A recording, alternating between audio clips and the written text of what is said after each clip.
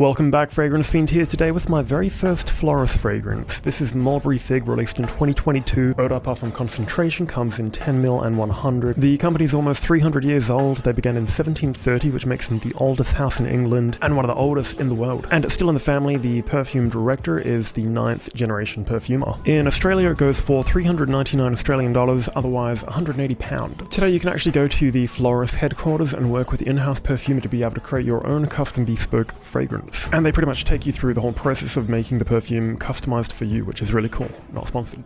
As these particular fragrances do use a lot of natural materials, they are, I guess, somewhat more challenging to get a hold of in the rest of the world, as they do produce very limited quantities. So it said that Mulberry Fig is a scent that evokes a floral amber fragrance combining the soft powdery character of Orris with hints of fruit and spice. It's said to be inspired by the lush greenery of St. James Royal Park, a promenade from Floris's location on 89 German Street. So onto the note breakdown. On the top, obviously, Mulberry Fig has fig and then cardamom and violet leaves, with a heart of Orris, Vetiver, coconut and cypress. And lastly, a base of Sandalwood, Cedarwood, amber, and Amyris. So Floris is actually unavailable in my state, so this is actually the first Floris that I've ever smelt. I have previously had a sample, and this is the first time of actually getting a full bottle. So let's give it a spray.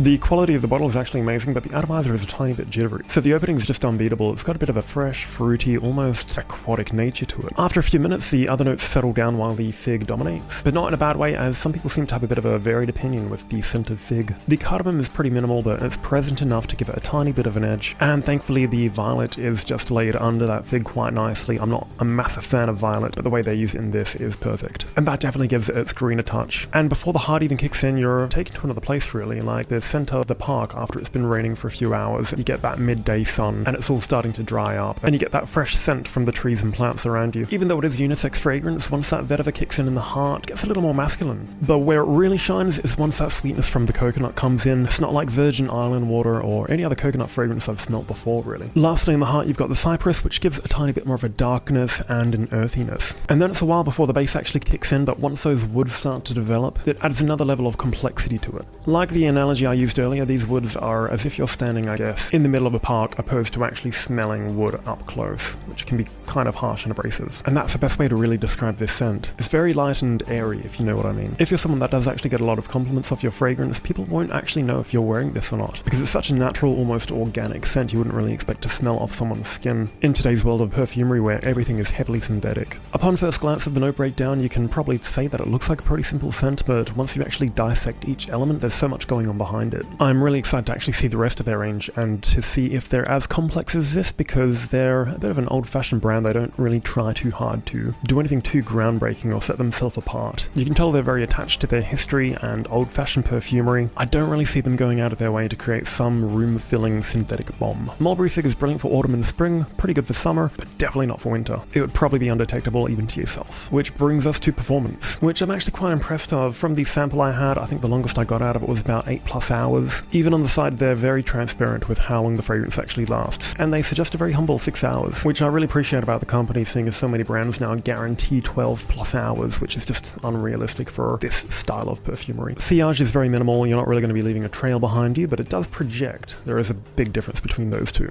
A bit of a wind will actually help project and leave a bit of a sillage of this fragrance. As I mentioned earlier, it is a unisex fragrance. It doesn't lean too masculine, too feminine, but it's definitely a very sophisticated scent. I think it works really well as a bit of a dressed up scent as well as casual. It's something I don't really have to think about when I want to apply it. It's just a very versatile fragrance. So I'd been wanting to get my hands on a Floris for a while. Out of all of them, Honeywood seemed pretty good, but that would have been a blind buy, so I decided to get a sample of this first and ended up loving it. Beside the name, which sounds like something your grandmother would wear, but the scent is anything but that. And given the note breakdown and DNA of this fragrance and how well balanced it is, I wouldn't expect more than about 7 hours of longevity anyway, so for what it is, it does a really good job. When I was wearing this, I just couldn't help but layer it with Ventus as well. The dark fruits from Mulberry Fig with the light fruits from Ventus blend perfectly. You're giving an even sweeter heart with that coconut and an even heavier woody base. But to summarize, definitely two different scents, but laid together, they work really well. I currently have a Floris Discovery set on the way. If you'd like to see me do a first impression and smell those for the very first time, leave a comment down below. Other than that, I give the longevity a 6 out of 10, the projection and sillage about a 4, the quality a strong 9 out of 10, but overall a solid 7 out of 10. But that's all for today's video. Thank you for watching.